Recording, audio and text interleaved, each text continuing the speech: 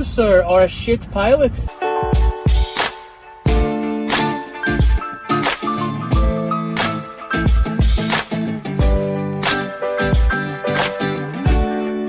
Garbage.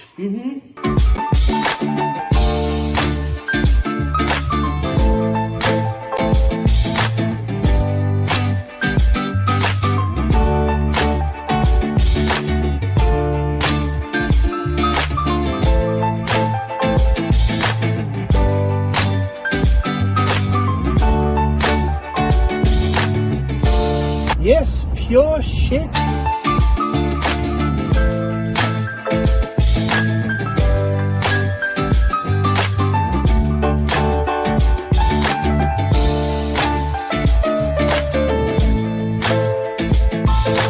You're a shit pilot. Yes, you're shit.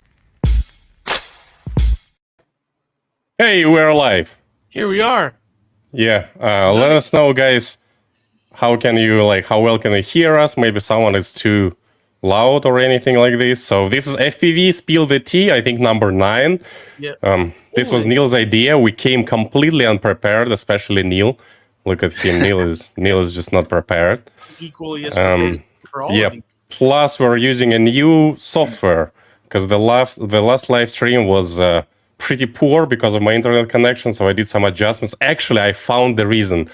So guys, that was Steam, like on the background, downloading whatever it is.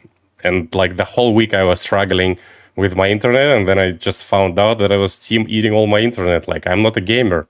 I downloaded Steam for this new simulator, and it's been running on my background. It's like just eating whatever, 10 megabits, 100 megabits a second, just killing my internet. Anyway, so this is new software. Let us know how it looks. Let us know how it sounds. So today's live stream, we don't have any special guest, but this is Neil. Neil is like, Ivan, we gotta do this live stream. I have an awesome idea. Neil, can you tell what the heck is your idea about? Yeah. So welcome to FPV Spill the Tea, the wipe up, where we're cleaning up the mess of all the tea that got spilled the week before. So you wipe up or down? Well, that was a hotly contested deal. I'm still confused, but it's wiped down. See, I'm still confused as to what the hell we are going to call it, but we're wiping it up, we're wiping it down, we're cleaning up the mess. That's what we're here for. Yeah.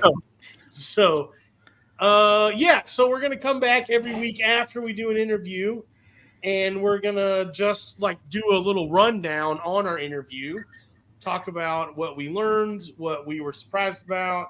Then we maybe this is where we'll cover some rando topics that don't fit in with our normal interviewers or whatever.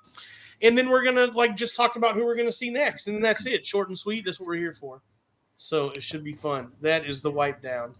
Yep, awesome. We also have a little topic we want to talk about. For a long time actually ago, and Neil was resisting to talk about it, but me and Johnny 5 were like, we gotta talk about that. And that topic is about being a sponsored pilot, how to get sponsorship, and kind of share a little bit about our experience. Also, we kind of have a surprise. We don't know for you guys. We don't know how exactly it's gonna play out, but I am gonna show you our official email right here.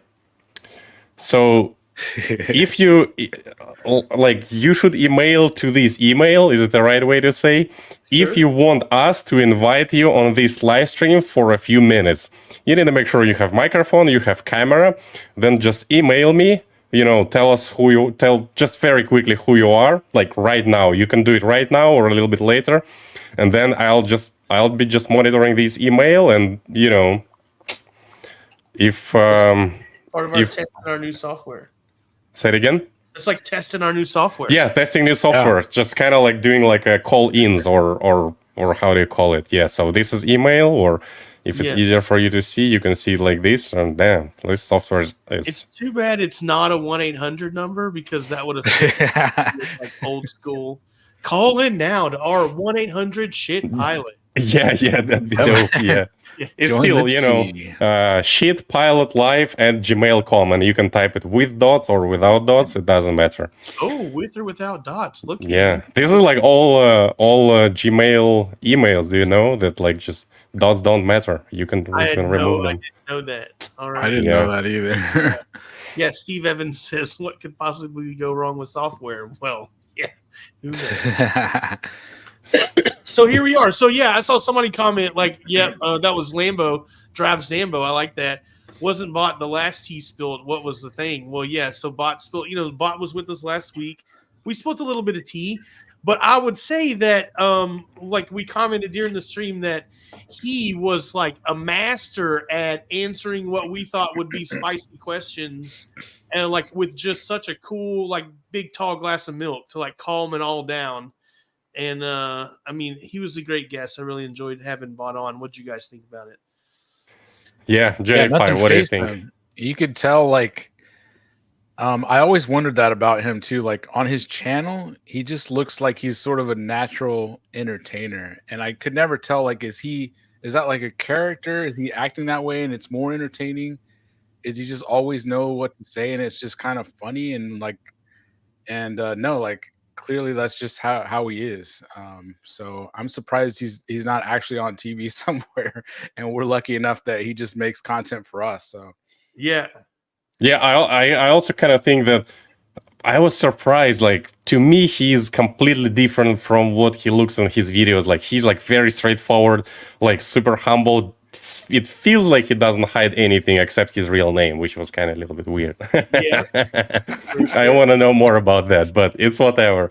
He just like, I was expecting when I asked like, hey, why you don't do drone racing? I would expect him like, oh, I kind of don't like it. It's a, muscle memory game and that's it. It's not fun. No, he's just straightforward. Like, no, I suck at it. Like, you need more skills to do that. I don't have that skill. Like, that was awesome. Yeah, Bot Grinder is definitely a cool guy. And we want to address a few comments because I was watching the live stream to put timestamps under that live stream, and also reading the comments after the live stream, and we want to address a few of these comments from that, and also address some other comments, right? Mr. Neil, can you read the first comment? Yeah, by the way,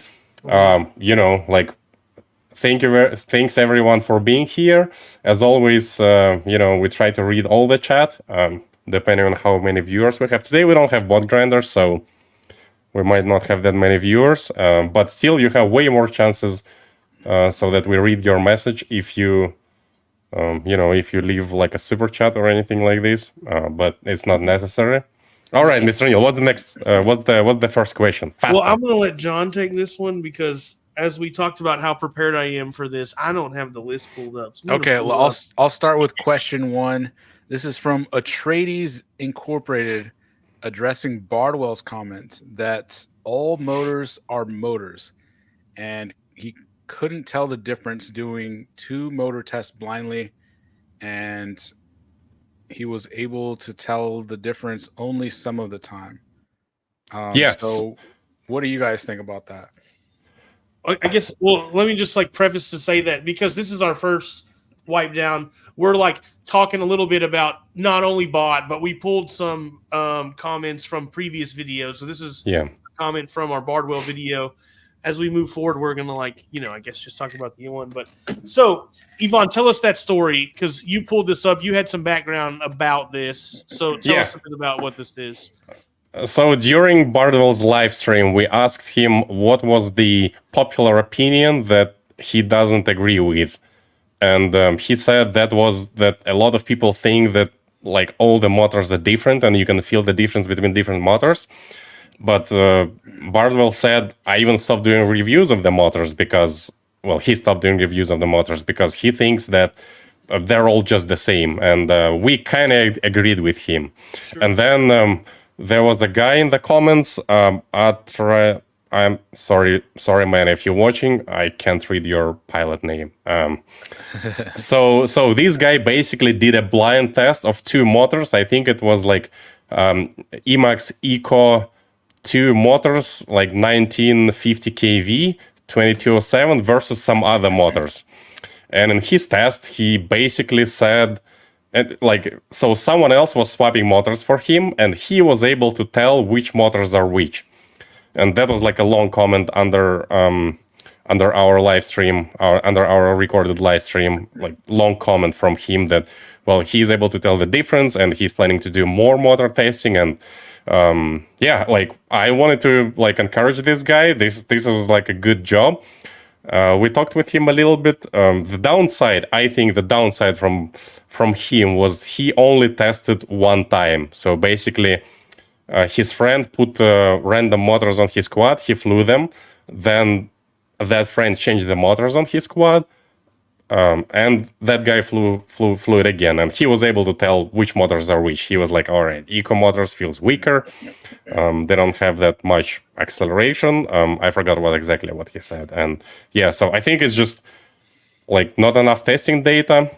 And also, I want to say that like certainly there are motors that you will feel they're weak, right? Like Emax Eco motors, I think they're weak. Like last time I tried them, they're like, yeah, they're weak. And well, that's not surprising. So although Emax is a great company, they have like a premium motors also. Yeah, so this is my takeaway. I still think motors are still motors. And if we have pair of two good motors, like racing T motors versus like 533 racing motors, like I don't think I'd be able to tell the difference. So right. I mean, what do you think, Neil? Well, I would think maybe, that you could likely really tell the difference between vast differences in KV, because that's like something that very much changes the output of the motor based on what you're getting. So if you had but I mean a big difference, like a 1600 kV motor on 6S and a 2200 kV motor on 6S, you would likely be able to feel that quite easily. But I think a lot of people are talking about tests between like, well, what's a 2306 or versus a 2207? Like that was a big thing back some years ago as to which of those stators is better. And I mean, I'm no scientist, but the market has dictated that the 2207 is the winner because that's really all we have anymore. But I would say that most people are going to really struggle to tell the difference in minute differences in the motor, especially in the air. Like you really, if you're going to do some real science, needs to be done on the bench with like much more controlled conditions than just flying it. Like pilots can feel a lot, but science is difficult to do in the air because there's just so many variables. So big differences in KV, I think people can feel it. But small differences in stator size or like similar size motor from one company to another, that's going to be really difficult to tell in the air. Someone in the chat asking, I forgot what company, someone in the chat asking who is making 533 motors. Super Deluxe. X-Nova, yeah. They're great motors. Yeah, like X-Nova. Yeah, they're really good. I think if you fly a lot of motors, some of them have like a slightly different throttle curve, so you can tell like some might have slightly more power at first and some might have a little more top end. But at least unless you're at that very top tier of a racer, it's not really going to make hardly any difference in your time on a track. And for freestyling, for me anyway, it didn't really make any difference on whether I could complete a certain trick or, whether or not I had a GoPro on or not. And so to me, what I eventually started figuring out was it's more important having spares and spare bells for a motor than like which one feels like 2% better. Yeah. Because like if you have 4 awesome motors, but you're always scared of breaking one because then your quad's going to be down, versus if you can afford 10 of like whatever kind of motor, always go with the 10. Yeah. I'd say to add on to that, it's very convenient if you use a motor that a lot of people around you use or any equipment. But like it's very nice if you're at a big event and you break a motor and say you use a 533 motor, like you could have 20 people raise their hand and say, "Hey, I got another motor for you." But like if you're running some odd size or KV, like that's cool. You got a cool setup, but it's just going to be difficult. You're going to have to be supplying your own spares. You should have your own spares anyways, but it's always nice when you can like call out for something and a bunch of people could raise their hand to help you out if you're using common equipment. I see a comment from Steve Evans. Look at this fancy highlight that Yvonne did. So Yeah, I think Steve Evans. Sorry, Neil, interrupt you. I think Steve Evans is one of the main Betaflight developers, unless it's like the same name. But it also the photo looks like him. So, Mr. Steve Evans, if it's you, cheers. If it's not you, still cheers. Yeah, so cool name. Yeah. But he says one noticeable difference is how quick you trigger a low voltage warning. I would say that yes to that if you're like big differences in KV, but I would say the biggest thing in quickly triggering a low voltage warning is just how shit your battery is. And like that'll trigger it real fast. Yeah. Yep.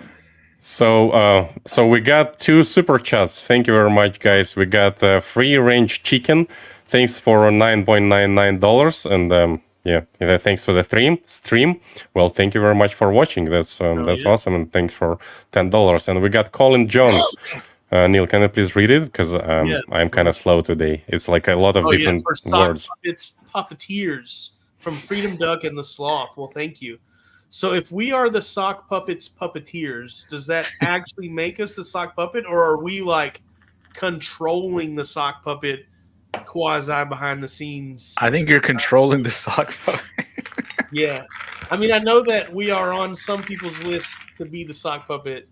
I can only say for sure that I know that I'm not, and so I'm not on my list. So, by the way, we got also 2 emails already that 2 guys wanting to join the live stream, and the first guy to actually email is our call, Mr. Lucky. Oh, and the second guy is Rabbit Ambulance. He's one of my Patreons, which I really appreciate. He's like one of my first Patreons, if not first Patreon. He's also pretty active on Betaflight, so I think both of these guys. I guess we just can invite first Colin, then invite Rabbit Ambulance. Yeah, just see how it goes. What do you think? Yeah, let's see. Now look, I've been super bright, but I'm still fuzzy. Neil is always fuzzy. Let me send the link to call. Let's see what else we're looking at in the chat when we get it together. Rogor says efficiency, sound, and reliability all matter. I mean, I agree with that. Sound means so much to me. Like, I really like to be able to hear my quad and it sound right. And I think that's why I'm such a prop snob, because like there is a particular sound to your props when they're correct, and it just does not sound like that if they're not new and fresh. And he says, I don't want. I don't like. It's funny you say that, because I was like thinking sound doesn't matter to me, but I'm known for like flying really nasty props, so that's probably why. Johnny 5 props. Yes, we always. Johnny 5 never replaces the props unless it's like, all right, I burned the motor. It's probably time to replace the prop. Yeah, just because he put new motors on his quad, that's when he gets new props. Like that's an unchangeable item. And Steve Evans, by the way, says that's him. So thank you very much for joining, Mr. Steve.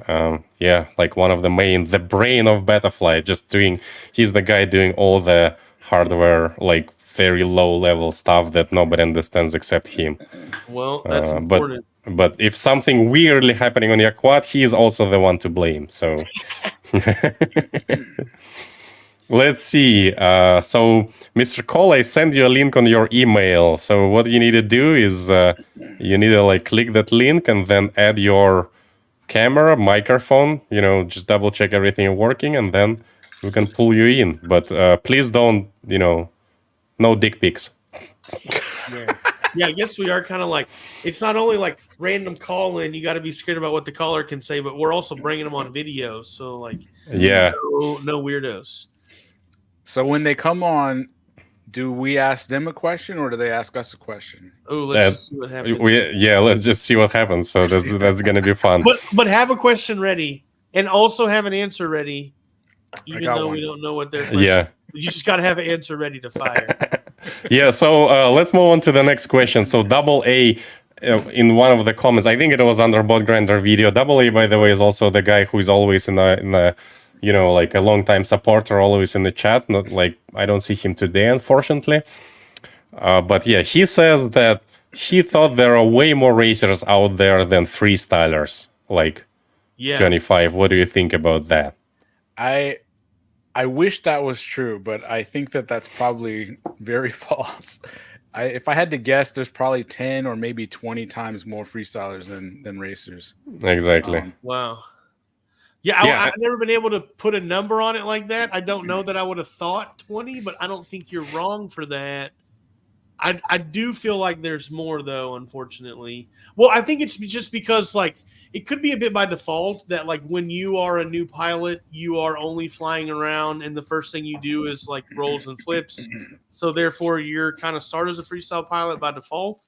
And then you have to choose to go into racing once you have, like, decided that I like drones enough that I'm going to now go be a racer. I know that there are people out there that, like, actually do see drone racing and say, I want to race drones, and that's how they start. But a lot of people just start with, I want to fly a drone, and then they get into racing. And so I kind of think that has a little bit to do with why there's so many more. That's true, because it's only like 2 categories where it should probably be more categories. It's like racers and then anyone else that flies but doesn't race. Well, except like I don't count the Mavic guys as freestylers, right? Like freestylers still guys who fly Acura, so they can't do a flip. I guess at least I said you start by doing a flip. Yeah, guys don't get. They can actually roll. I think a roll is easier. And you're just doing like yaw spins like a madman. You got it in sport mode, and you're just doing figure eights and yaw spins out there. Like, does that count as freestyle? Is that like hardcore Mavic? I don't know. We got any serious freestyle pilots in the chat? You let me know. If you're just ripping the shit out of your Mavic, do you qualify as freestyle? Just curious.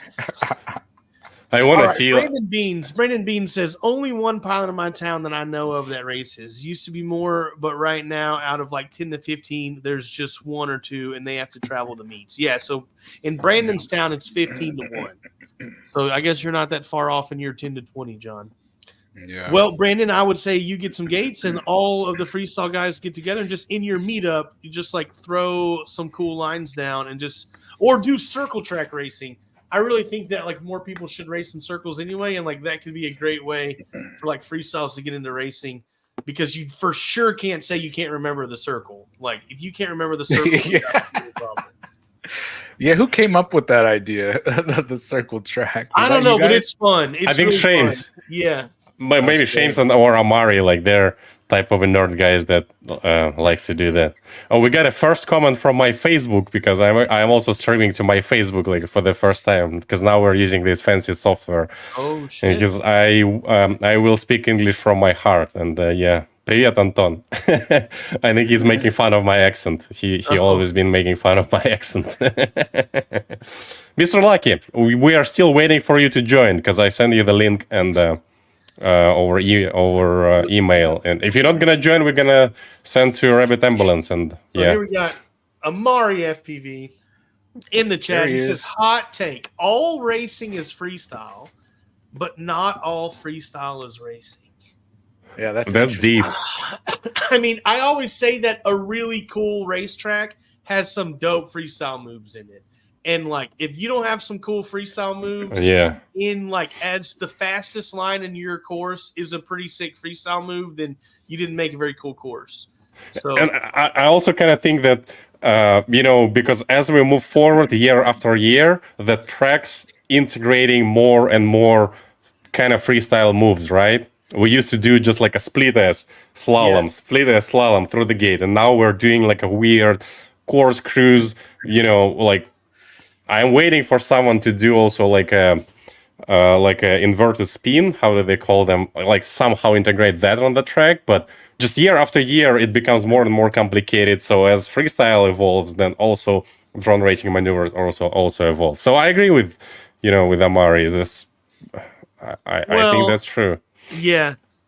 All racing is freestyle, but not all freestyle is. I mean, the second half, I'm behind for sure. Not all freestyle is racing.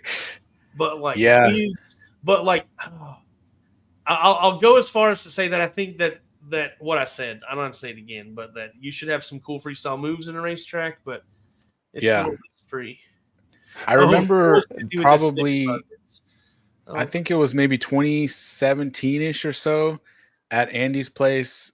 Matt had those gates that he made, and so we made like an extra big track that day.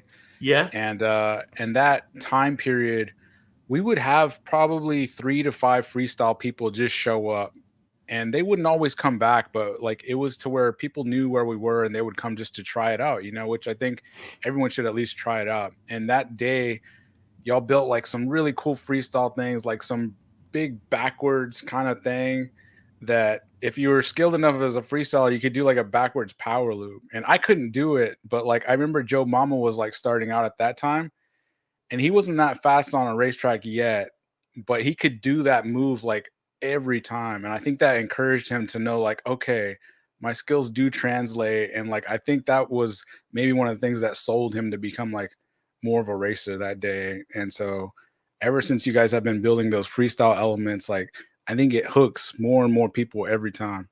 Yeah. Just gotta taste it, dude, are we allowed to make fun of Matt, Mr. Neil, or no? Because I kind of want to bring his freestyle story. yeah, that's fine. I guess because we know him.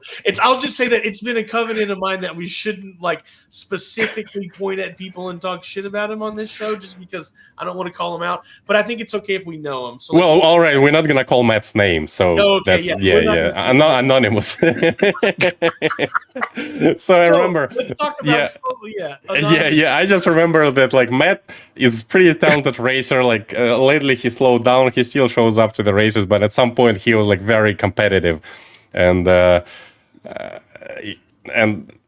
think it was even before Freedom Spec. It doesn't matter really. And then I think Neil was like, "Hey Matt, you gotta try the freestyle." And Matt never tried the freestyle.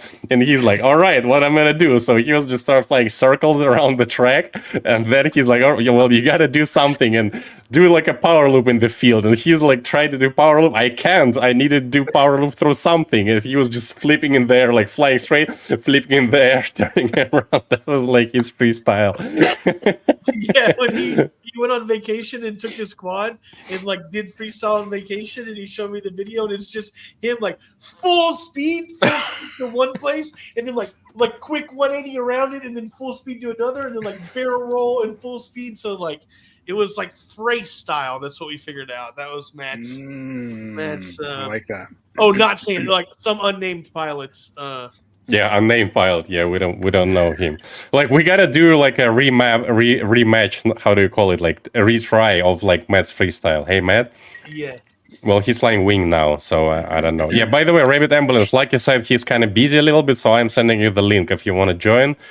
It's better if you have camera. I saw you said that you don't have camera, but yeah, if you find a way to. Yeah, we need face. Although it's fine, like Rabbit Ambulance is a cool guy. He's like a long time patron of my stuff. So yeah, and we got. Have you ever made a track where a power loop gap is the optimal route? And this is a question from Hattrick, V1 Hattrick. I think like I remember the track, like little indoor track with the tiny trainers we had. Do you remember? Yep. Where you just go. It was like a. Let me show myself. It was like a wall from one side. You go through the gate, and then there is a dive gate right above you. And as you go through the dive gate, you go in, and then you need to turn right. Else you're diving. That was a cool move. It's not like a complete power loop, you know what I mean? But that's pretty much almost a full power loop with the extra additional twist at the end. And that was pretty much the fastest line. And yeah, there are plenty of corkscrews that like power loop-ish corkscrew. So yeah, although it's pretty hard to do to make a track with a true power loop where like pilots have to do power loop if they want to be the fastest, right? Yeah. I find that whenever we try to put a power loop in a track, we do it a lot over trees. At least myself anyway, even though it's a straight back maneuver, I always do it to the side so like that I can see the whole way. And it's really hard for me to want to actually go backwards and do it blind because I just want to be able to see the whole time. Yeah. Magzi asking if I'm saying corkscrews. Yeah, I'm saying corkscrews. I don't know if you're making fun of my accent or you're making fun. Someone made a joke that I look like Mario in the red hat. So I'm like, well, I gotta wear Mario hat again today. So there we go. A Mario with a weird accent. Yeah, let's move. Let's see. Rabbit Ambulance still hasn't joined yet. Let's move on to the next question. Oh, okay, yeah, Amari here, but just because we were just talking about that, Amari says, and he's right. DRL Season 2 Grand Finals had a true gated power loop, and I remember that. So they were in like this domed convention center thing, and there was like a gate at the bottom and a gate on the side and a gate at the top. I don't remember if there was a fourth one this way. Either way, for sure there was one on the top and the bottom, and somewhere on the sides where they had to go up and out and back and hit a gate going backwards with the freaking Racer 4, or they may even been doing Racer 3s at that time. Like, regardless, that's a hard quad to do a maneuver like that in. So it is, yeah.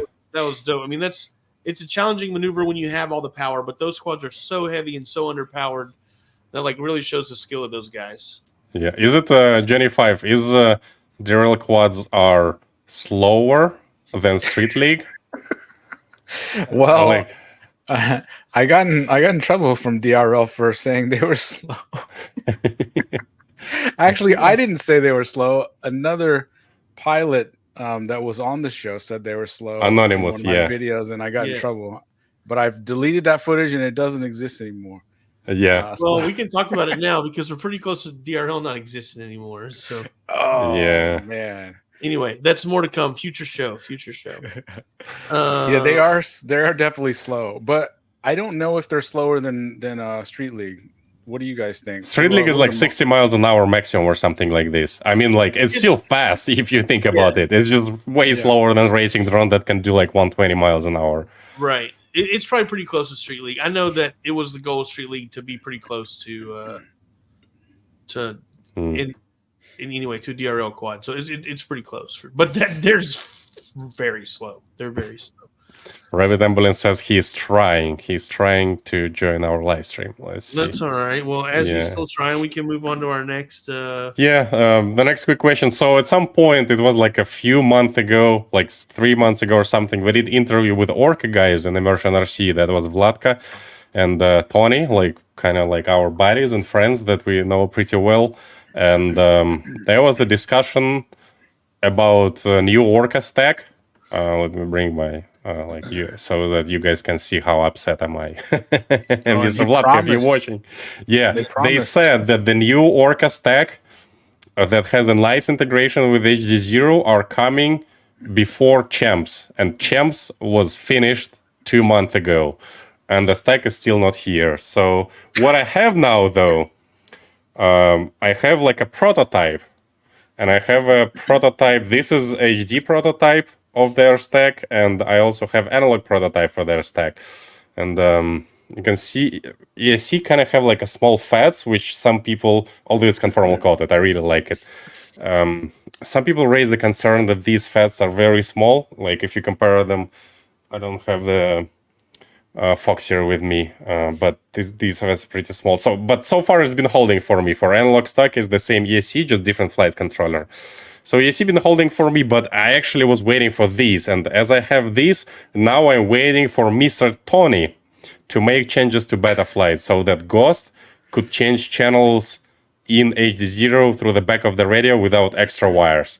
And this flight controller is supposed to be able to do that. This flight controller also has Ghost receiver with 2 antennas. You can see there's like a UFL connections. So it's like diversity receiver on the flight controller. So basically, all you need to do here is you just plug HD0 and go fly. You don't even need motors. This is it. It just flies like this. Yeah.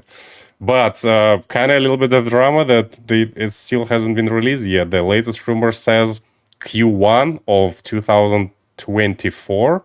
Is it 24 year now? Yeah, it is. It is. Q1. That's where we are. Did you receive the prototype before Champs? I haven't. No, I received prototype after Champs. They had prototypes at Champs, though. Liz was there. They did, yeah. Yeah, so they did. They did have prototypes at Champs. So, kind of, they said they'd be for sale at Champs. That's not the case. They had prototypes there. Just T-Bell brought up another thing from that same, because we asked about, and everybody asked about, where's the 8-way lap timer? I guess at some point we had heard spring 2023. I know we had dinner with Vladko. He was in the country on business a couple of weeks ago, and he made it through Houston, so we had dinner with him. He said that they have 2 test 8-ways that they have made to make sure, I guess, that they can make them with the new chips. and they are testing them out, so they can make them. It just sounds like it's going to be maybe difficult for them to get in their production line to actually make them. And then we kind of said, sitting around the table, like, well, like, really, how many would you really sell? Like, I mean, we want them to make them, but I don't think they could sell more than 50. I'd be really surprised if they sold more than 50.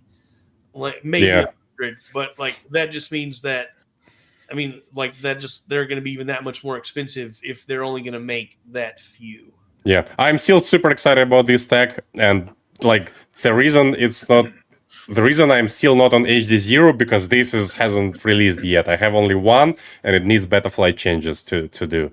As soon as this one is released with the beta flight changes, I'll be on HD0. What about you, Neil? Will you be on HD0? It's going to help me move. I mean, one of the reasons why I haven't moved is because I really enjoy the hybrid board. I mean, I'm just lazy to build quads, one, but second, I enjoy the setup I have now. It works very well. Third, Carl hadn't sent me my goggles yet, so I don't want to get a live stream out of the way that I'm still waiting on Carl to send me my goggles. And I don't know, but it'll help me move for sure. I just don't want another, like a whole other board. Because it will be such a nice thing. You don't need a receiver. It will be diversity, so you can like put antennas inside their canopy, like under ESC. You're still gonna have like a good signal with two antennas. Just no extra wires, change channel in the back of the radio without like Lua scripts and stuff. I'm looking forward for that. Although I don't think that's actually one of our next questions, like about Express LRS and Free Sky. Although I don't think you can beat Express LRS now. Like a lot of people are there already, and probably they're not gonna switch back. What do you think, Johnny 5? Johnny 5 is Express LRS expert here. I would. If they can make this flight controller and it doesn't cost like $1 million, I'll probably go back to Ghost for racing anyway. It's just, like you said, it's just nice to have everything in one piece. You get the diversity. I do like Express LRS for like everything else that's not racing. But on my racing builds, I just hate having to fit the receiver somewhere in the build. I'm spoiled by the hybrid board, like Neil was saying. And now that I had to build a few HD0 builds, like I never know where to put it, and it's just awkward. So come on, Tony, I'll buy them. Yeah. So Rabbit Ambulance looks like he's still trying to join. Like, well, keep trying. Amari, do you want to join our live stream for a quick thing? Like, that'd be I don't know, talk about DRL a little bit or anything, just tell us why camera position matters. I don't know. You didn't even need to email in. I'll send Amari a link. Let's see. Can you move on to the next question, please? While I'm sending Amari a link. Okay, this was a comment from the bot grinder video from Ugly Baby Gaming. I think it was talking about racing. So it says the gates randomly placed in the field make no sense. What direction to fly in? Cones or colored flags are needed to direct the track when it's not obvious. Pilots and spectators that haven't been given a talk or walkthrough of where the track goes will have no idea. Well, sure. No pilot races on the track without a walkthrough. I mean, that's just like a standard thing in the race. I think dots are... I mean, if you want my real opinion on dots, they're kind of a waste of time. Like, they look cool, but nobody ever uses them after, like, the first flight. So I guess maybe they need to be there to help people learn the track. But if you can see dots, like, you're not on the fast line anymore because the dots are maybe, like, in the middle, and that just ain't where the fast line is. So I understand, like, why people want dots, but as somebody that has had to put out and then pick up dots, like, it's a real pain in the ass to pick up dots, at least on a local race. Like, now at this point, if anybody wants to put out dots, they're welcome to put them out, but they got to stay till the end and pick them up because I'm not into it. Although I gotta say that dots looks cool for GoPro. If like we do a chasing sometimes on the racing track, and then dot looks cool. Then you kind of look like you're flying a track, especially if it's in the trees. Whereas without dots, it looks like you just doing random stuff, right? Without dots. So right. I mean, maybe it is. It's good. But I'm here with you. Like, if you see dots, then you're on the wrong line. That's totally true. Although you can lay dots on the perfect line or close to the perfect line, but still, if you see them, you're not looking at the tree you need to turn around, or you're like not looking at the, you're not looking at the gate, you're looking at the dots. Like, that's not how racing works. Yeah, We got here's Amari. somebody who can ask about dots. What? Yeah. Look at that. There he is. Yeah, there's no warning. There's no nothing. Just boom. Just in here. Bam. You're on. You're on. No 3, 2, 1. Just. So, hey, what do you think about dots on the track? I think they're cool. I think they look great in DVR. I think that's the coolest thing that they offer. I think you get a much better sense of speed than just the green ocean you're flying over. If you see 1,000 little dots going by really quickly, it does make you look like you're going fast. That's for sure. Yeah. It is a pain in the butt at the end of the day when everyone's tired to go bend over and pick them up, though. Yes. Hey, that's why drone racing is a sport. Like, get out there and do 1,000 lunges to pick all the dots up. All right, so we covered the dots. It was just funny. So I picked up this comment. The guy was it was ugly baby gaming guy. He kind of sounded frustrating, about that, like why we're not using dots, and like it's hard for spectators to see what's happening. And like, well, if you have dots, it's not easier for spectators to see what's happening. Like, it doesn't help. So especially in open class. Yeah. And like, well, if you have a simple track, maybe that is like you have like a beam track, and then you lay down dots. You have them with like LEDs, and then of course, but then like drone racers don't like that, right? Because most of racers are for drone racers, right? Except like DRL or stuff like this. Like you go to Malta GP, they organize racers for drone racers, not for spectators. Their focus is drone racing and drone racers, just so that they have fun. And we enjoy crazy tracks that you really don't need dots, unless only during track walk. They kind of help you a little bit, but then you learn the track and you're good. Yeah. Yeah. Well, let's talk about, and we're going to skip down a bit. You've been wanting to talk about this for a long time, and while we have Amari here, I think that it would be that he has something to add for it. So let's talk about FPV sponsorship. Like, what does it look like? What does it really mean? Like, you see people get very fired up to announce that they are a sponsored pilot, that they have a sponsor. I get it. There was a time a long time ago when I was like so fired up when I got my first sponsorship. Shout out to Callus Machine Works for being like my first title sponsor. And that's a very exciting thing. But also, what does it really mean? I don't know. I think that there's a lot to be said there. Who you sponsored with, Mr. Amari? You want my opinion on it? So yeah. I think there's this initial honeymoon phase of every sponsorship, right? It's the best product in the world. It's the best motor you've ever flown. It's the best battery you've ever flown. Nothing's ever been wrong with it. I always think it's funny because some people aren't this way and some people are. Some people lose legitimacy kind of in my eyes when they start chilling that hard for something. I mean, there's obviously a relationship that happens there, and I'll give you an example. I'm a ride or die ghost person. There's never a situation where I would ever even think about trying Express RLS. It just same. I love it. Just works. Like, I love that you can take any ghost module out of any radio in the world and bind it with any ghost product that has ever been released, Atto, Duo, all the way to hybrid board. You can get those two to bind with each other without a laptop. It doesn't matter what version either of them are on, you can figure it out. Like, there's a series of button presses, and you can make it happen. I don't want to drag my laptop to the field to fly every single time, or if I'm troubleshooting.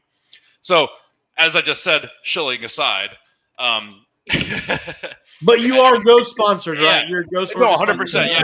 No, I'm Orca, Ghost. That started way back. Paul says the RRS. Yeah. No, it's a whole thing. It is easier to shill for a product that's good, right? No, and that's 100% true. Like, anyone who is getting into the hobby, I honestly cannot give them a recommendation to Express LRS. Unless I want to actively spend 2 to 4 hours of tech support just for the binding part of the drone. And that there's so many hurdles to like getting into it as is. Binding should not be a 2 hour 2 to 4 hour Well, process. I had a conversation about this also with one of the guys under the comments of our live stream, and he said that basically if you have like receiver from old stock and it has like ExpressLRS 2.0 firmware, then it's a pain in the ass. But if it's already 3.0, then it's easy, you know. And so the problem now is that sometimes you buy like an old radio or old receiver, and they're like the versions are not matching. So Man, it's still not as bad as FreeSky, right? Like FreeSky, you can spend a day trying to bind it, and it might still not work, right? Or maybe I'm just dumb, but we got people coming from to our local group. We're trying to help them. Just FreeSky is just no, like, and then yeah, for sure. And like I like ExpressLRS guys are like super smart, like. You know, maybe they don't have like over-the-air updates or anything like this, but I think we still need to like appreciate what they're doing for hobby, because they are allowing all these receivers to be that cheap, accessible. You can buy from whatever company you want to buy, and it works flawlessly. You can fly like miles and miles away, you know, and it's also pushing on Ghost, it's pushing on Crossfire, although I'm not sure how much Trappy is affected with that. Trappy is probably like, extra ass. Yeah, like we're getting a lot of hate in the chat about like why are we hating on ELR? I can't even say it. All those fucking letters. I think the thing is that like once you know it, it's easy to use, right? That you've gone through 4 hours everybody's talking about. Just You've like learned what your bind freight is. You know how to connect it with Wi-Fi. Like you've learned all of that shit. Okay, then it's easy to use, right? But it's just learning all of that is kind of what we're hating on. That's all. So, but ELRS is not a bad system. But like once you're already in the ecosystem that works so well, then it's difficult to want to learn another thing. Yeah. So I think that's where the hate comes from. So sure. Rebel is saying, not to be a hater, but it takes 3 minutes to bind DLRS. How long do you think it would take your grandma to bind DLRS versus something like that? I love it. Yeah, and that's to me that's part of the problem with open source a little bit, is that anybody that joins the project, it's not fun or sexy or cool to work on usability. It's fun to work on really cool features. And even though a small group of people might use those features, that's what's fun for a developer. And somebody that's not getting paid using their own time, that's what they're going to want to do. And so it's awesome how fast they've come as an open source project, but like nobody's focusing on that usability piece. And that's sort of the advantage of the closed source systems like Ghost or Crossfire, is they can focus 100% of their, efforts on, maybe we don't need new features every 60 days. Maybe we just need it to be easy, and you pay a little bit more. But I used to love when Crossfire or Ghost were the two top recommendations, because you could tell someone to go buy it. Yeah, they spent a little bit more, but you wouldn't have to support them, like Amari was saying, for 4 hours to get them their first flight. Mm-hmm. But I also want to reply to Johnny 5. So, like, if you want ExpressLRS to be easier, code is open source. There is ChatGPT to help you coding. Just, get your ass in there. Well, I think we're getting off a little bit. I mean, like, it's fun to talk about ELRS versus Ghost versus whatever, but we wanted to talk about sponsorship. So you can tell that there's a couple people in this chat that are supported by Ghost and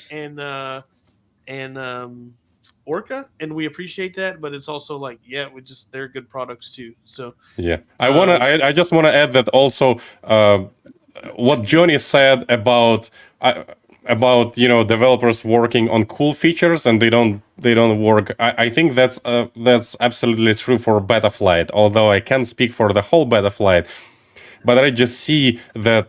At least for me, when I work on Betaflight, I'm like, I want to do some cool stuff. Like, I don't want to do UI. And my problem, I did some of the UI to Betaflight because I just didn't have enough brains to do something cool. You know what I mean? And if I had some brains to do something cool for Betaflight, then we wouldn't have like presets and motor wizard, because that didn't require a lot of brains. But all the ExpressLRS guys, they're super smart, and maybe.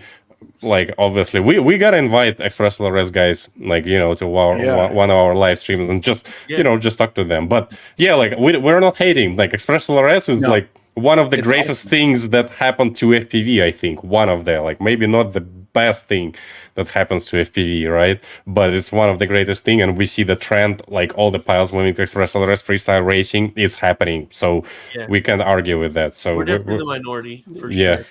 So back to the sponsored topic, like we were talking about before we got stuck on that tangent. But a lot of people, Chilling. I see it about every 2 or 3 months. Somebody comes in, says like, "Oh man, I just learned how to fly.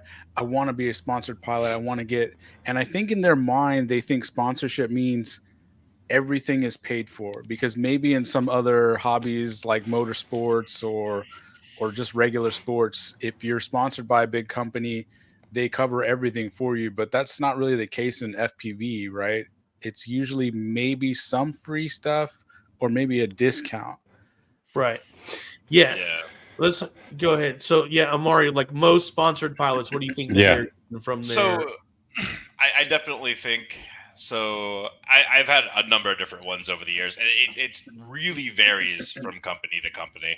A lot of times it is like X amount of free product over a certain amount of time.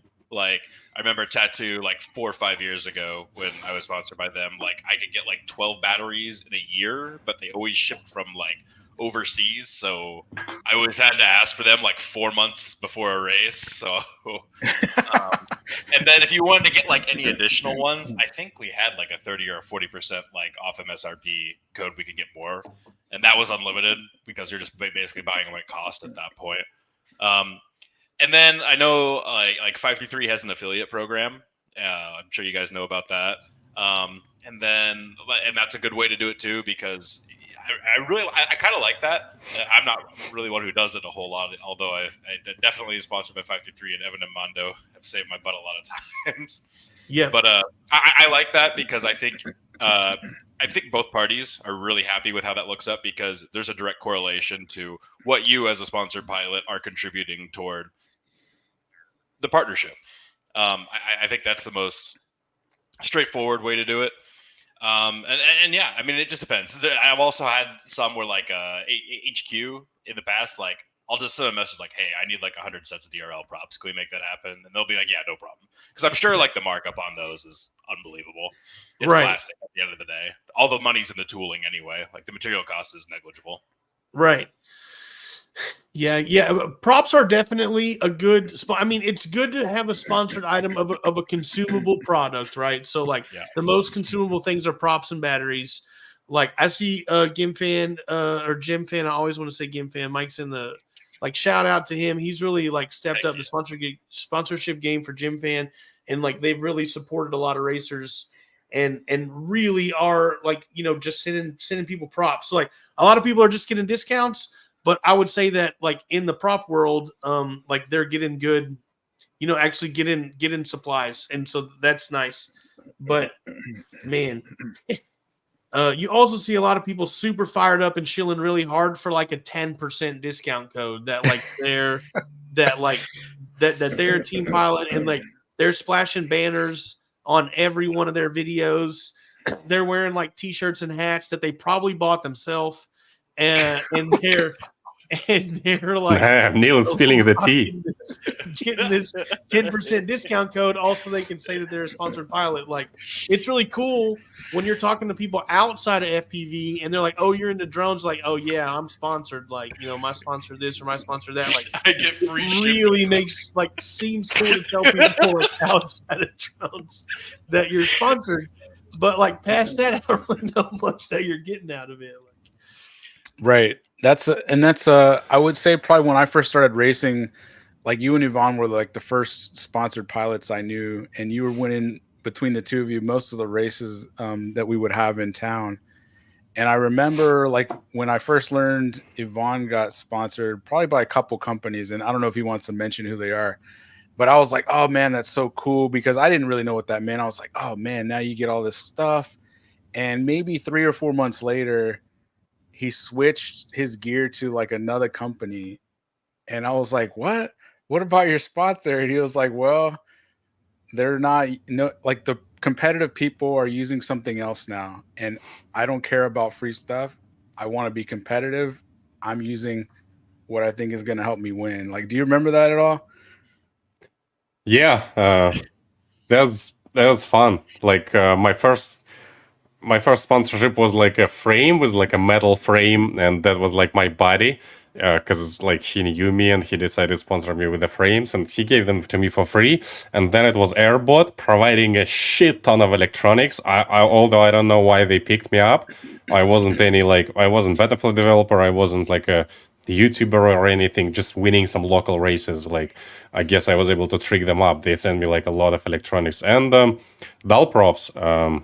Which is a Foxier as far as I understand. And yeah, that was awesome. But then, well, that electronic didn't work well for me, like, sorry. And then I like just switched to like electronics that I paid for myself. But that was like my first cool achievement. I gotta be sponsored pilot. Let me like, oh yeah, sponsored pilot. And then like, a few months later, really cool in the beginning. It's like an achievement, but that doesn't mean anything. Like it's still, like the cool sponsorship. Like if you have a sponsorship from the store that has everything, that'd be a cool sponsorship. But like I don't have it. Like I'm not famous YouTube star like Johnny 5, although I still have some amount of subscribers. I don't have that like full source sponsorship. Like it, and I kind of figure out that like for me like. You can call me, I'm still sponsored with Ghost. Although I'm pretty sure like I can start flying Express LRS and like whatever, it's not about money. And the best sponsorship for me was actually joining Betaflight team. So you can join Betaflight team, do some big contributions, and then you'll get some cool stuff from Betaflight, because if you open Betaflight website, there are a few sponsors of Betaflight, and there is let me see, who is that? That's not the Street League website. Let's see. How many lines of code do you have to commit before you? It's a lot. It still doesn't pay for your time of developing. If you. Right. So to me, this is slightly different, and tell me if you agree. But like getting sponsored for being a drone racer is like you're winning some, hobby races or maybe semi-pro races, and posting that and bringing awareness to the brand, and people will bring it. But you're actually a professional developer in your day job, and so you're donating your time to the open source project. And it's cool that they're rewarding you with stuff, which I mean is awesome. That means the project's super successful. It's probably one of the most successful open source projects I know, because I think it enables this entire industry, really. But if you had to total it up, I would guess you've probably donated like tens of thousands of dollars worth of development time, probably easily, right? I mean, The thing is, like, laptop, though. I mean, yeah. The thing is, like, I would still develop for Betaflight, right? When I started developing for Betaflight, they didn't have any sponsorship, and like, that was fine. So I'll still do that. So this is a nice addition, and these companies, like, I just want to shout out to them: HQ Prop, Radio Master, man. Axis Flying and .com, like, thank you very much. You guys are awesome supporting like Betaflight developers. So yeah, if you're out there ready to join development, it has some of the benefits, although it's not gonna pay off for your time. Like, no way. You're not gonna get like hundreds of $1,000s for that. Like, you know what I mean? It's but it's nice. It's just like nice recognition. So yeah, nice. Amari, any more to add to our sponsorship talk before we move along? I feel like we covered pretty good. Was there any sponsorships you had, Amari, where you decided to no longer work with that company? You don't have to mention the name of the company, but if there's anything that hold on, guys. Hold on, guys. Guys, hold on. I think, a lot of people know who is Amari, right? But I guess some people, like, I'm probably Mike from GemFund. He doesn't know who is Amari, right? So we got to introduce. So Amari is like a professional drone racer. He is a DRL pilot, although DRL is kind of slowed down, so not sure what's happening there. But he's a DRL pilot, very talented racer. and his also career now is in drones also. Yeah, And someone said that it looks like somebody stole your furniture. That's also because you just moved. Right? Yeah. In a new apartment. So Still got the U-Haul boxes and everything. Very minimal. You gotta have at least one drone on the wall there. Like, come on. They're all like, I got one. The rest are in the car still. I still haven't taken them out of the car from the one day we went to Sparks. Like, they're in the back of a car still. I still haven't had a chance to pull them out. Yeah, I've gotten really lazy, and mine almost live in the car now. I'm glad I live in like a safe neighborhood that I can do that. Right. But like, don't ever break in my car. We got Gemfan Mike joining, and shit. but we need to see you, Mike, Mr. Mike. We gotta see you. Like, you can click settings and then add your camera. So he probably can still hear us, but we don't hear you yet. We need your camera. So yeah, work on that harder, Mike. All right. Well, this call-in shit is working. Like, that's pretty awesome. Yeah, this software, I'm very it's so much relaxing. And yeah, I want to thanks to my Patreons that donate a little bit, like $1-2 every month, and that allows me to purchase this software finally, so that we don't struggle with the internet issues and we can add people. And so my Patreons, thank you very much, and all the super chats, thank you very much too. Yeah, absolutely. Appreciate the support, guys. It's helping us do this new cool stuff. So let's bring somebody else to the stage who probably has a little bit to say about sponsorship too. Mr. I think Mike, I see him is driving. Like, Oh God. Oh man, like on a motorcycle too? What the fuck? Like, we don't want you to drive while you're talking with that's not safe, Mr. Mike. Like, if you can stop. I can drive, and I can drive. All right, so your audio is. On a motorcycle too, and I think that's also a problem. Your audio is. We can't hear you. Hello? That's dedication. Yeah. Well, yeah, it is. Yeah. So we like your audio is pretty like we want to have mercy for our viewers' ears. Yeah. So. Okay, give me a second. Yeah. Wait. Yeah. So this is Mike, and he is Gemfan Proper International Director or Director. How do they call it? Hey, don't scream! Don't scream till you fix your audio, because that's like you're hurting my ears. You're a jump.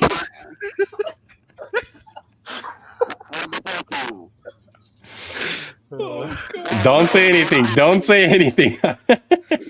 all right. All right. Let's we'll catch. All right, Mr. Mike, I'm gonna mute you. I'm gonna mute you for a little bit, and then you just wave when you fix your audio. Just try to wave, and hopefully we're gonna see. Sorry about that, guys. This is Mr. Mike, and he's crazy. By the way, Mike from Gemfan, but he's looking for better props. Like, he's thinking maybe HQ can sponsor him or something like this.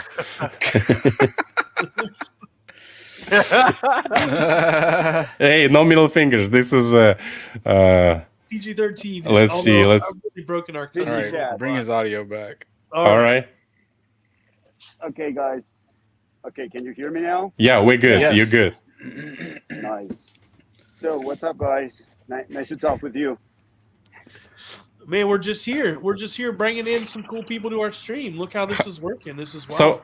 So how do you awesome. pick? Like, obviously, Gemfan sponsors a bunch of pilots, right? How do you pick? How do you pick who to sponsor? Because obviously, not all of these pilots are fast as Minchen, right? Like, how do? Exactly. So there are many different ways to consider sponsoring a pilot. So what I do in this case, that I'm in charge of sponsorship. So I like when I go to events and I see pilots that are really pushing, that are really progressing, that I've seen throughout the years getting better. I'd like to place a bet with the sponsorship. So I'd like to, because everybody wants to sponsor the Minchens, the Evan Turners. Everybody wants to sponsor them, of course, but you also have to place a bet on the guys that are starting and may be the next Minchen, or may be beneficial to the community in some way. Like, again, like Limon, you're sponsored by HQ, but you're not the fastest pilot, right? They just decided to trust you in in a different way. Maybe they expect some publicity from you because you have a big following, because whatever reason. So in this case, for me, it's more of a, I trust what that pilot can be, and if I can help in a way to I don't know, support his career in some way, I would do that. Yeah, and do you guys sponsor any freestyle pilots? Yeah, a lot. So how do you pick freestyle pilots? Freestyle pilots depends. So I choose pilots that I see tricks and really consistent flights that are impressive. Usually, I tend to offer the sponsorships when I'm there because I can see them doing the things that they post in real life on videos, and also people that are really, I don't know, good to the community, in my opinion. Like I can say Larsko FPV was the first pilot that I sponsored, and he's not the best freestyle pilot, but he was the guy that before I worked at Gemfan, he was on a community chat helping me throughout hours to bind my quad and get me up in the air when it was really late for him. These kind of things really, like, that speaks very highly of a pilot, and that's the kind of people that I want on the Gemfan team. So again, it's about like talent and skills, and also like being good to the community. We got a question to you from JP. 3D Air Gun Works. What is the difference in between marketing and trade for free props and actual skill-based sponsorship? Like, would you take a pilot with incredible skill, but that just doesn't have any representation on social media? Well, I sponsor pilots like that, like Levy from Woodtopia. He's just insulting Levy like this. No, he's really good. No, Yo, you're good, is, bro, but your social media game is weak. No, he doesn't even have one. Yeah, I mean, But- like anybody that would choose to sponsor me would have to make that decision, right? Because I don't post anymore. But like, Exactly. but I think that I'm valuable in person, in where it counts, right? There's people Yes. that can market in person, people that market a lot online. I don't think it requires social media. But like, what if Neil is crazy skilled pilot, but he doesn't go to say it again? Go ahead, sorry. Yeah, like Neil is a shit pilot, but what if it's not? But imagine he also doesn't have any followings and he doesn't go to events. Like, what would you? Well, then how you base his skill set if he's not competing? He's a and he's not going through DVR events? warrior. Yeah, DVR warrior. Like he has, No, that's he not has. gonna happen. No, all right, guys. So, but all right. So, but you can't be a DVR warrior if you're not posting it. Like you're just like amazing DVR. That's true. You'd have a following then. Yeah, you gotta be posting it. Nice. All right. Well, hey, that's good. So, okay, and then last question from the chat for you, Mike, and then we'll let you go. What's in the backpack? What's in my backpack? Actually, there is nothing on this backpack, but I use it because my wife cannot hold on to anything when she's riding with me because this is a sports bike. So she's leaning on me the whole ride. So this is for her to grab. Okay, nice. So there's just a wife holder. I like it. All right. That's a weird way to phrase it, but yeah. That's what I heard. I like it. All right. Yeah. Well, there we have. So yeah, all right, Mr. Mike. Yeah, we're not gonna hold you anymore. Just drive safe, please. We need you, live and in one piece. Yeah. Thank you very much for joining. Thank you, guys. Later. Removed. Remove what? We just removed the Gemfan proper international director. All right, now we need HQ, but he's got to be on a motorcycle also. Yeah, exactly. Yeah. By the way, guys, how do you feel? Well, Johnny Five, I know he cannot go to Night Spot yet, but Mr. Neil, are you feel guilty you're not going to Night Spot and instead you're sitting here tonight? Because Night Spot is happening right now. Yeah, I mean, I guess only because like it's Thursday, so we're a little off kilter. I mean, had we not been here, I probably would have gone tonight though. Like, yeah, kind of miss It's been raining here a lot, so we've been kind of like cooped up, and I hadn't seen Sam in a few weeks, and like that always makes me sad. So. Yeah, Mr. Sam, you also gotta come to Sparks RC if you're watching. And Joe Mama, I think I saw Joe Mama in the chat. Yeah, we're sorry we're not there, and I feel a little bit sick. That's why I might be also a little bit slow today. I'm always slow, but today I'm extra slow. So yeah, and then we got to get nice. Well, there we have it. yeah. Like all right. What's the next question? So we talked about sponsorship, right? So how do you like, Mr. Neil? We got another comment that Yank and Bank sounds like Grover's OnlyFans page.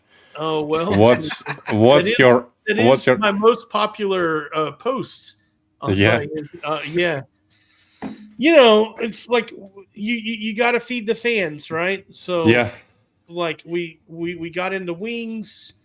We're yanking and banking. I got an OnlyFans. Like they're just going together. My fans. So what's your actual OnlyFans page name? Like Grower, not Shower, like or yeah. yeah. Yeah. Cool. All right. So there we go. So we covered that. So we already covered Express LRS versus Free Sky, and that was brought by Worn Up FPV in one of the comments in our previous live streams.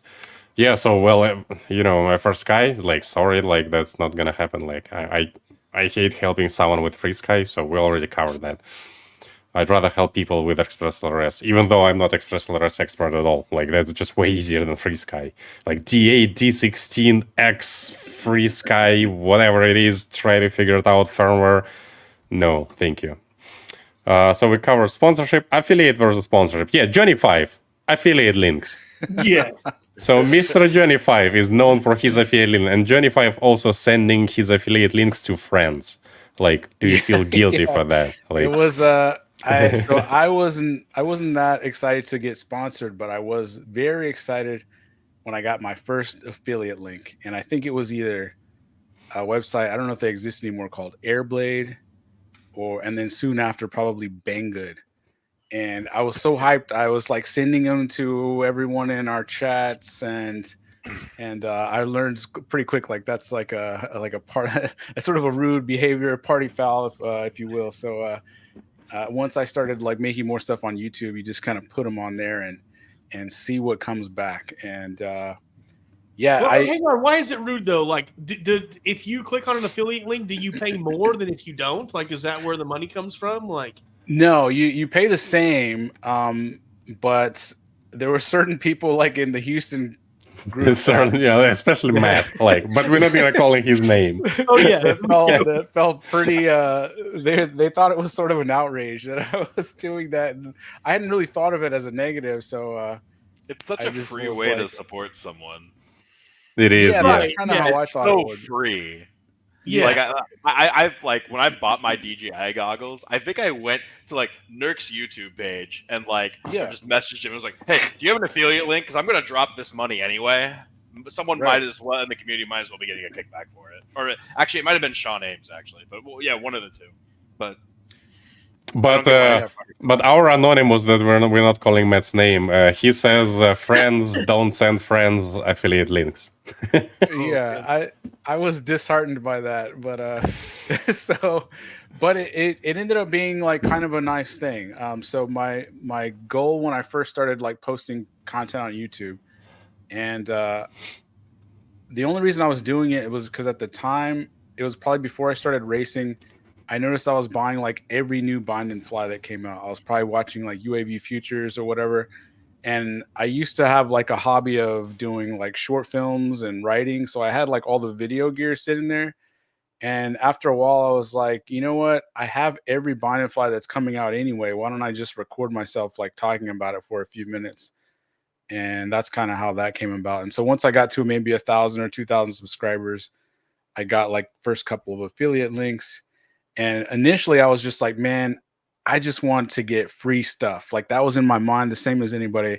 I want to get a free drone and then I can review it. And the first time that happened, oh man, it was like I had just turned grass into gold. Like it was. How many subscribers did you have when you get your first free drone? Probably like 2,000 or 3,000.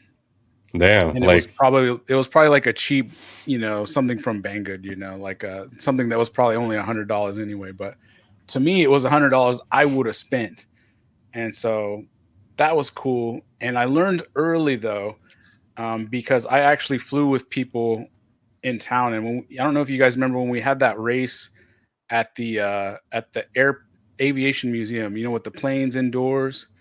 That was the first time I met someone who had seen one of my videos, and I had a bind and fly that I had flown, and he was like, "Hey, he asked me about it," and I was like, "I made a review about it," and he was like, "Oh, I've seen that review," and that was weird to me. And but I learned though that he had a lot of bad stuff to say about other YouTubers that had said things about drones, like a lot of them do, that this is awesome. It made me buy it, and it was a piece of crap.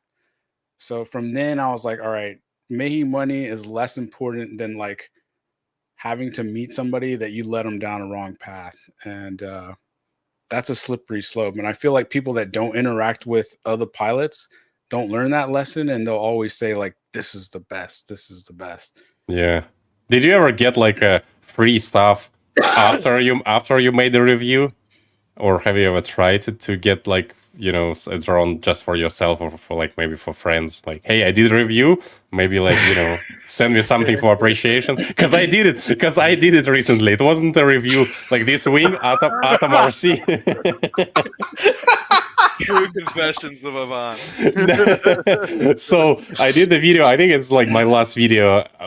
We did this a little wing review, and this wing is awesome, by the way. Atom RC Penguin, and it is dope. Look, we're both rocking it over our so I bought this, right? I bought this wing, and Neil bought that wing, and then because I saw in the comments people buying this wing because they're like, "Oh, damn, this is dope," and then some of the local guys also buying, like even like from Temple, I think like 2 guys from Temple or one from like just guys start buying these after they watch me flying it and after they watch the video.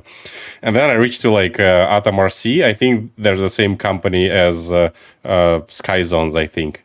I'm not sure. Oh, okay. But so I reached to them, hey, like, can you send me like maybe 1 or 2 of these wings? Because, I want to give it to my friends too to fly or something. I made a video, people buying, and they're like, yeah, sure, thank you very much. We're going to send you like 2 motor mounts for this wing. Like, I haven't done that. That's a good idea though. Yeah. Usually what I'll do is if I finish a review and it does okay, I'll ask the company, do you have another one coming out? If so, send it to me. Or if they sent me like their mini drone, send me the next size. And sometimes they will, sometimes they won't. And then that way you just have like a steady stream of stuff going. But then after a while, like it sort of wears off, and you realize anytime somebody sends you something, that's 3 to 10 hours of work. And if it's not something I wasn't going to fly anyway, then that's 3 to 10 hours off of my FPV time of my own. And so then you start learning to say no. If I wasn't actually going to buy it anyway, no, because this is not worth it. Dubiki says, handsome Amari. Hey, so Dubiki, do you think you would beat Amari in the fist fight? I didn't make the tier list. I wasn't top 16 at JM. Yeah, you see, but like, like... It's funny to go back and look, though. If you like look at his video on the scale, there's a scary inverse correlation to how like much that Dubiki could cave your face in and how fast you are. It's an inverse relationship. So you need to get absolutely whooped by Dubiki and you'll go win chance. Hey, I have another funny story since we are spilling the tea about sponsorship. So back in the days, like I think it was like 3 years ago, I'm not gonna, should I call the company name? Well, this company kind of doesn't exist anymore. That was I still have the T-shirt. The Flight Club, yeah. Oh, so well, I guess they're kind of back, but yeah, all right. So we're not gonna call their name. So, but that was like now it's a different company, and but at that day, so I was like, I guess they also didn't really know me, but I was already kind of sponsored a little bit here and there, and then I reached to like, hey, like, do you want to sponsor me with the frames or something? And they're like, yeah, hell yeah, let's go. We're happy to have you on board. And then they gave me like a 5% discount, and when I ordered their frames, I even forgot to apply it. Like just and yeah, so yeah, but well, we still, you know, like I am not like a big YouTuber or anything, and I still just buy most of my stuff, and at Night Spot we break a lot. And Right. yeah, I gotta give shout out to 533. They give like a little discount here and there that helps a lot. And I also do, like they send me batteries for testing, also with our line and .com. But yeah, 533 also good guys. By the way, little spoiler: next week we are interviewing Mr. Evan and Armando from 533. And if you have any spicy questions, you can actually, the best way to send your spicy questions to 533 guys is this email. Yep. shit.pilot.live@gmail.com. And that's gonna happen, I believe, next Friday. Yep, Yeah. next Friday. Mark your calendar. We're switch up from the schedule. Evan wasn't available on Thursday, but he's available on Friday. Yeah. So we're gonna have Evan and Mondo, the brains and the beauty behind 533. And And you gotta say Armando. Yeah, Armando. Yeah, that's right. Because not Manda, right? Like no, not that, because that's a bad word. That's a bad word in Russian. I don't know what it means, but anyone can look You it up. don't need to. So yeah. But there was a bit of when we had Armando at a race. Then, we learned that. And then so Armando figured out that I accidentally calling him that. Like it's just, and then he figured I just told him what that means. Kind of laughed about that. And then for the race, it was like a big race at like a long track race, and then they changed my pilot name to like a Little Beach FPV or something. Yeah. Like I was pretty upset with that, because like I'm not calling you that on purpose. Like that's just how my tongue moves. Little bitch FPV says that's how his tongue moves. Yeah, I don't think that's how Armando's tongue moves. Like instead of Slimon, he's like accidentally saying Little Bitch FPV. Yeah. Right. Well, it'll be so like, yeah, we let that slip a little early, but that was a goal to let that out in this show. So yeah, next week, tune in on Friday. We're gonna have Mondo and Evan of 533. It should be good. Then we'll be back here the week after that to do another like Wipedown, where we talk shit about them while they're not here to defend themselves. Yeah, exactly. Yeah, just that's our favorite. Talk shit behind the backs. Yeah. I like it. Nice. So we got a couple of questions left, and I think we after that we'll be closing that, right? So that was a question from Johnny. Johnny 5 is always, he's Mr. MBA. Look at him. He's always like figuring out some smart marketing questions, and like it's even formulated like he's Mr. MBA. Science industry may be shrinking. Bardwell and others covering non-FPV products such as RC cars, radios, etc. That's very Mr. MBA question. So how do you explain that?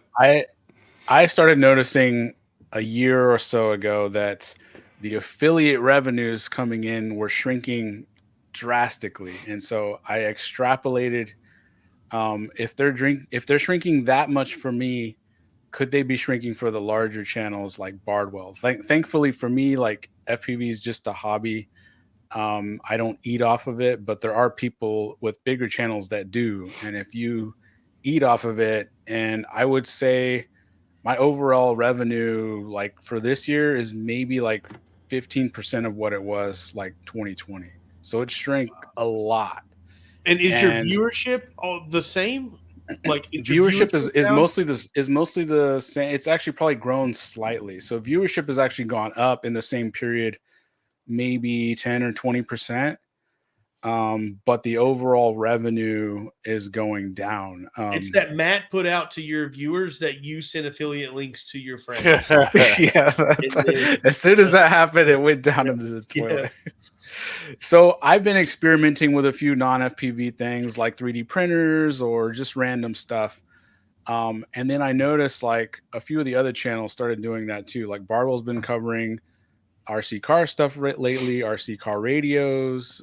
Albert Kim has been putting out like endless videos on on electric scooters and other, just like, I think people are just trying to figure out like, what can I cover that's sort of related to techie stuff. And so is that an actual signal? I haven't confirmed with any of the larger channels if they're experiencing the same downturn or not. So it may just be in my head, but what do you guys think? I think we asked Bardwell, or I saw it in one of his live streams, and he said he doesn't see signs of it shrinking. Yeah. Then it's just me. Hey, you got to bring up your Mr. NBA skills. So, yeah.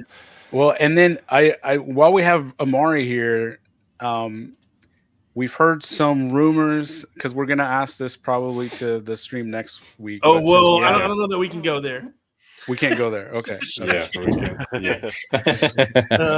Yeah. All right. Cool. Nice. Al Mac FPV says Albert Kim would review a blender. Like review a blender, like in terms of how it flies. Man, this is amazing, man. It's so fast, and like it just screams in the air. I had whole strawberries, and now I have a smoothie. Look at that. It's 50,000 kV on this motor. 120 volts AC. Yeah.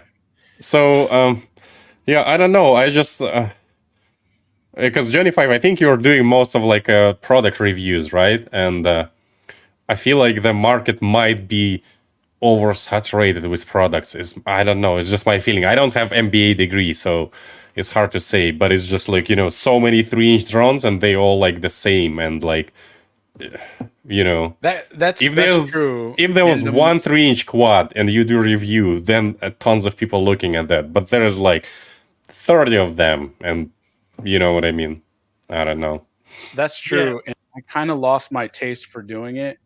Once I started racing a little bit more and started making a little bit more racing content, even though that got like way less views and pretty much less money, it was more fun. And so like I stopped doing as many reviews of like bind and flies, because like you said, if you reviewed one 3-inch from this year, if there's one popular, like all the other companies are basically just going to copy it, and they're all going to fly about the same. They're all going to be about the same weight, use a very similar motor. And so it just sucks like spending all your hobby time doing that instead of racing. And so at a certain point I was like, well, if I'm going to do a review, it's going to be at the night spot, because I'm not spending extra time doing it. And then bind and flies just fell out the window. So that may be also true. Like I started doing less of those. And then the ones that I did do, 20 other people had a review on the same day. And so like the bigger probably scoop up all of that initial revenue. Freaking Bardwell. Scooping it. Although Bardwell kind of doing it late. Like I noticed some of the, he doesn't review it true. on the day. He does give us. So it's probably Matt Stetch or Matt Tech. Yeah. So damn it. By the way, guys, so the most popular Johnny 5 video is about drone racing, and it has more than 500,000 views. Don't go check it out right now, but go check it out after the live stream, because we're about to close it. I think we still got one last question to cover. We got one last question, and we have one more guest to bring in. Oh, I see. Rabbit Ambulance. I see. Yeah. All right. Yeah. So this video I sent is like about drone racing, about Minchan. This is awesome video. I think I watched it. Maybe half of the 500,000 is just me watching it. But this is for sure watched it like 3 or 4 times. Yeah, this is awesome video. You gotta check it out. And maybe if you're not inspired with drone racing, maybe that will inspire you. Because that's inspiring. Yeah. Well, before we bring in Rabbit Ambulance, let's just say thank you to Amari for joining us for a bit. That was dope to have you. We'll have to bring you back on another time, maybe when there's more tea to spill in the future. But it was great to have you for sure. Yeah, Mr. Amari, thank you very much. No problem. Thanks, guys. You have a good night. Yeah, for sure. Later, man. All right, bringing Mr. Rabbit Ambulance. And I don't even know what's his name. All right, you're live. You're flying Walk Snail? This is Walk Snail. I have DJI. You know that video of our friend? We're not going to say his name, but he's affiliated with a very famous goggle company. Okay. Get to know. Maybe it's Avatar, maybe it's Walk Snail. You don't get to know. Yeah. So, are you down to show your face or no? I'm going to remain anonymous for this one. You I like got to it. monetize this. Yeah, I like it. Yeah. So this is going to be a little bit of a mystery. We'll do a reveal maybe in a couple of shows. So, okay. so how is it possible that you're like moderator and most active user on all the discords out there, like ExpressLRS, HTX, Betaflight, like everywhere? Like how that is possible? I'm a cyborg. I don't sleep. I see. That makes He's sense. Moderating discords on these goggles right now. Yeah, Yeah, exactly. yeah, right in the multi-view. feed. Right in the feed. Direct into my brain. I had a guy in one of these discords say to me, "You live on this beat." I'm not going to say the B word because we don't want to get demonetized. But he said, "You live on this beat," and I said, "Yeah, I kind of live on this beat. This is true." What means B? Beach? On this bitch. Yeah. Oh. Yeah, we already. I've already like broke our custom tab, so we're good. I think YouTube policy, they say like if you just curse all the time, then you can get demonetized. But if you just drop an F-bomb time to time and like Yes. they call it no hate speech, which I don't know, bitch is a hate speech or not, then you're good. And also we are not monetizing this live stream unless YouTube decides to accidentally show like, because they do it sometimes. I don't monetize live streams, so For purposes so of we're good. YouTube analytics and algorithms, we're talking about female dogs. And yes, this person said you live on this female dog. Yeah. Yes, I do. You asked me how am I in all these discords? How am I moderator in these discords? I have this really bad problem. I get into a hobby, but it's like an on-off switch. I can't do it halfway. Mm. I discovered FPV in March of 2020, and I fell into a hole. It's I'm a deep not- one. Yeah, I've not climbed out of it in 3 years. I'm terrified to even add up what I spent on this hobby. It's Yeah, don't. Yeah.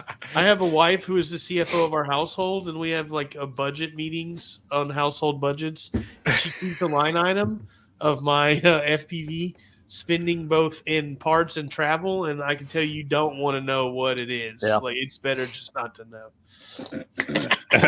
Like But I at said- least it's only a report. I mean, like she just tells me the number. It's not like there's not like particularly any budget guidelines other than I just need to know what it is. yeah, like it says, you're Chris Thompson. Yeah. Luckily, I'm the CFO of our household, or otherwise I'd never be able to get away with it. Oh, that's good. That's good. That's good. Amari says you're a sock puppet. I'm sorry. I wish. You legit look like the sock puppet I right just now. want to though, be for the suck sure. puppet. I'm not that clever. I wish I was. Yeah. able to That's do it. awesome. I'm So not so racing, I Yeah. can't be the suck puppet. I'm not racing.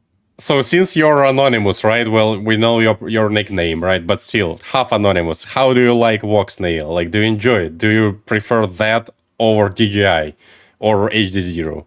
Amazing question. I own the goggles for 2 months. I have 2 All right. VRXs. I've yet to have a single flight with Voxnail. Okay.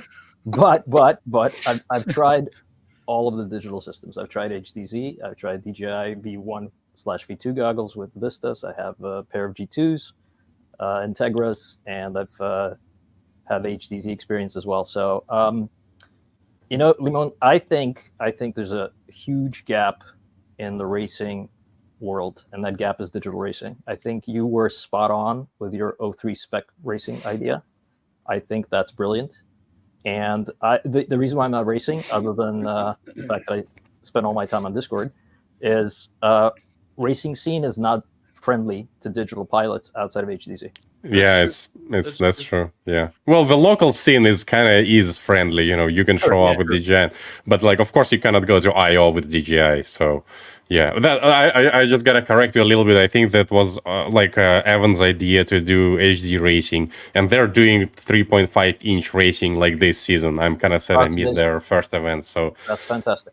Yeah, I think that would be huge. I think it would open it up for a lot of people who maybe started with digital, don't have analog gear, are afraid of analog maybe a little bit because it can be a little scary. Yeah, this is so. Yeah. Mr. Neil, can you please translate for me? I am slow today, so someone making fun that I asked his translation for Blood's question. So I couldn't translate what he said about Voxnail. Like, where at? Just like no, like that what Rapid Ambulance said. I can tell he you. Just said like well, he just hadn't flown it yet. Like right. the sort of haven't flown it yet. Yeah. I knew it was something weird, but yeah, not at all. I hadn't flown it yet. Yeah. Hey, those are the maybe the coolest looking goggles in FPV right now. I think Is there a new Voxnail goggles, right? Like the Yeah, I This is think the so. X? Yeah, Yeah. it's the Yeah. the pylon LED plate got taken off immediately. I don't like it Yeah. leave on it. The patch antenna went on. Okay. Cool. Nice. Very cool. Yeah, this is awesome. Yeah, Well, well, do you have any questions? Because we don't want to hold you for too long sitting in the goggles. So yeah, let us know if you have any questions. Otherwise, we'll remove you so that you don't so you don't disclose your face accidentally. That's a terrific idea. Which one of you three would win a one-on-one fight amongst the three of you? Who would be the winner? One, three of me, three of us. Well, I don't know. I think my vote is Yvonne. If it's I think he's the most training. He has the most training. Yeah, because Yvonne is like legit, like a trained, like assassin. Not actually assassin, but yeah. So Yvonne does like martial arts classes now. Yeah, I do. Yeah. So I think if it's just stand up, but I'll say that way back in the day, whenever I was young, I did some jujitsu when I was like 12. So jiu-jitsu is dangerous. Like holds on for 25 years and we go to the ground, I think I got it. But yeah, like if Neil is able to grab me, and then I'm done. Yeah, but if I'm able to, Johnny Five, by the way, he did boxing back in the days. Like he even had like a boxing glove somewhere. But Johnny Five doesn't look very scary after he drinks micheladas. Well, I'm also never doing that. Also, Johnny Five also lost a lot of weight recently. Like he, Good job. yeah. So that is awesome. So I don't know. Yeah. Yeah. If you ask, It's a good thing we're friends. We won't have to find out.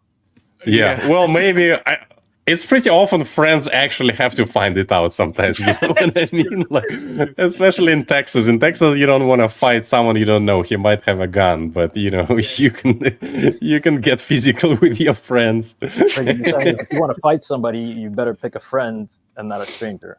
That's exactly. Yeah. And what's your martial arts preference, Limon?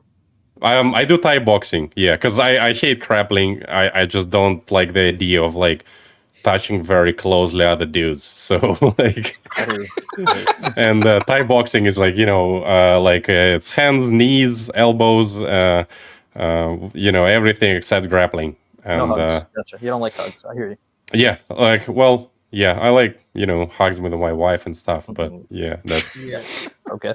And I'm not like a super professional. I'm just doing it for a little bit, and so.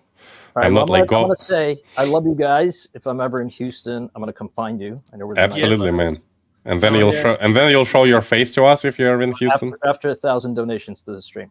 All right, there we go, guys. Yeah. All right. Well, awesome to have you on here, man. Appreciate it. Yeah, great question. Amazing. Appreciate you supporting the channel for sure. Yeah, exactly, man. Thank you. Hell yeah. All right, so we got the last question, and that's gonna do it. So serious freestyler cost versus serious racer cost. I think this is Mr. MBA question, right? So I mean, we could probably map it out, but I'm just thinking like in a year's time, who spends the most? And Are you let's only? say, Yeah. Go ahead. I'm thinking like it's hard to quantify though, because you could say like a hardcore person, but let's just compare like a hardcore person on both.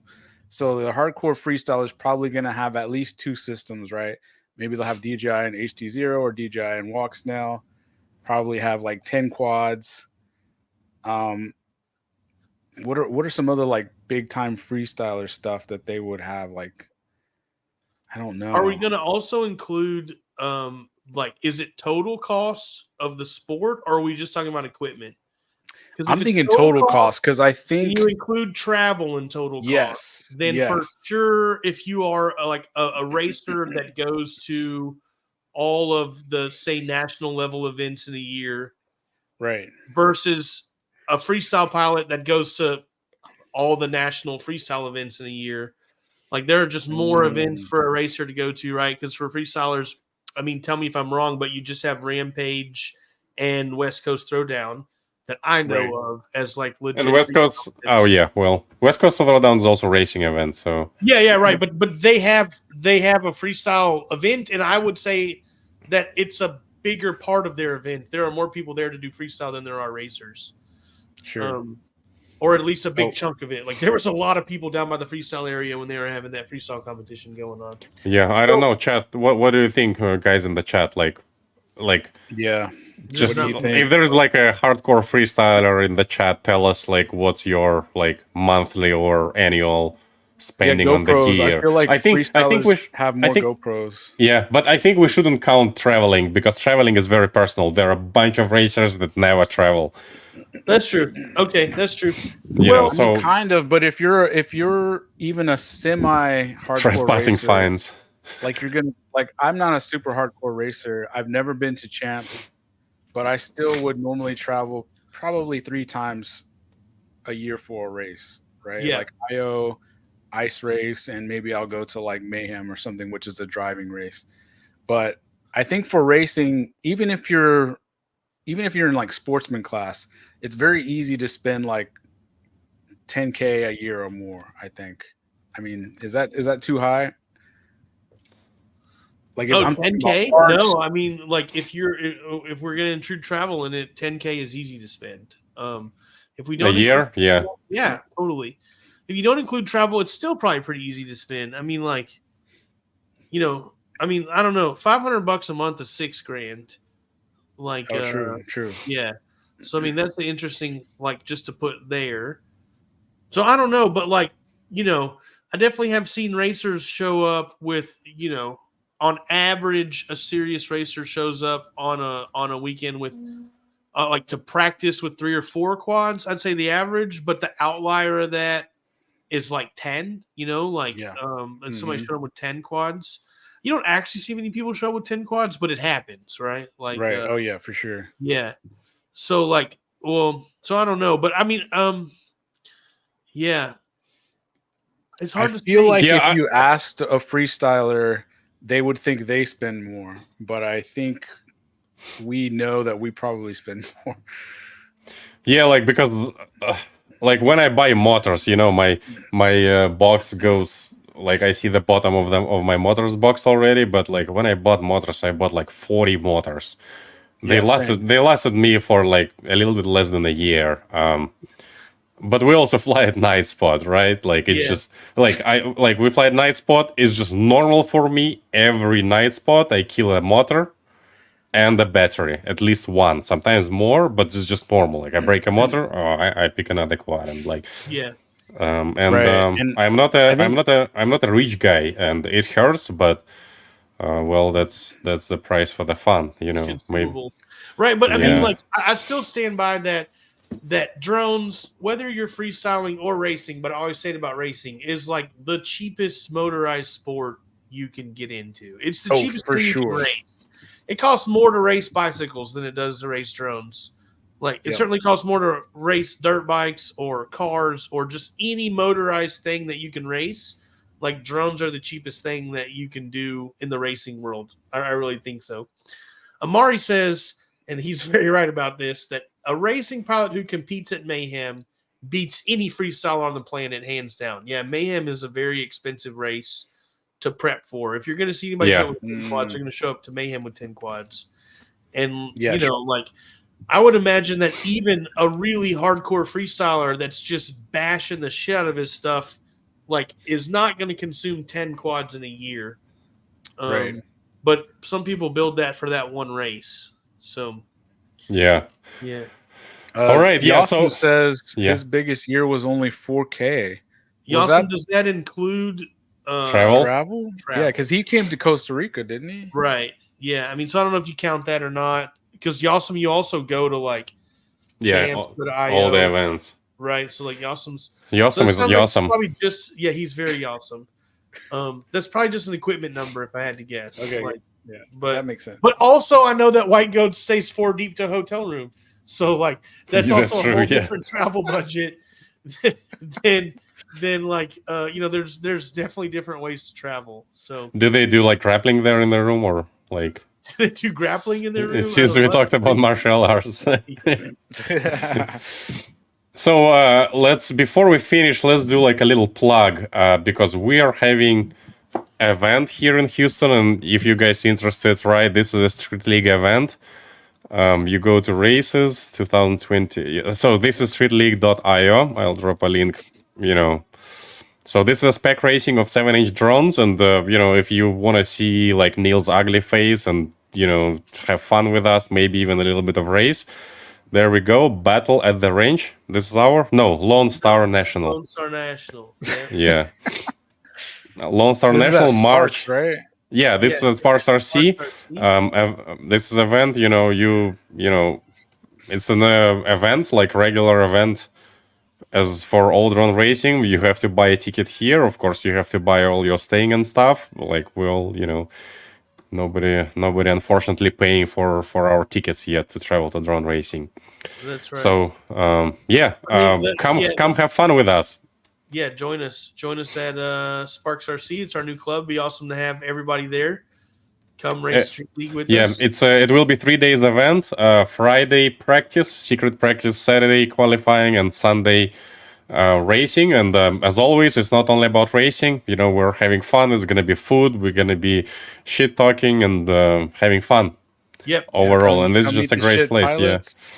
And for those that don't know, this new club that these guys have become a part of, they've been out there chopping down trees with chainsaws and like clearing the land to make a really awesome like drone racing flight spot for everybody to be able to enjoy. So this will be one of the first times that they're inviting people from all over the country or all over the world, if you've got the time to take a flight, to come join them. So come check it out. Yeah. Love to have everybody. All right, guys, that's gonna do it. Right, that's it. We got 100 viewers. Thank you very much for everyone who stayed until the very end. For sure. Looking forward to see you next Friday. Yep, next Friday we're going to have Evan and Mondo, 533. Come join us. Thanks for joining. Yeah. Closing it up. Neil, do a silly face.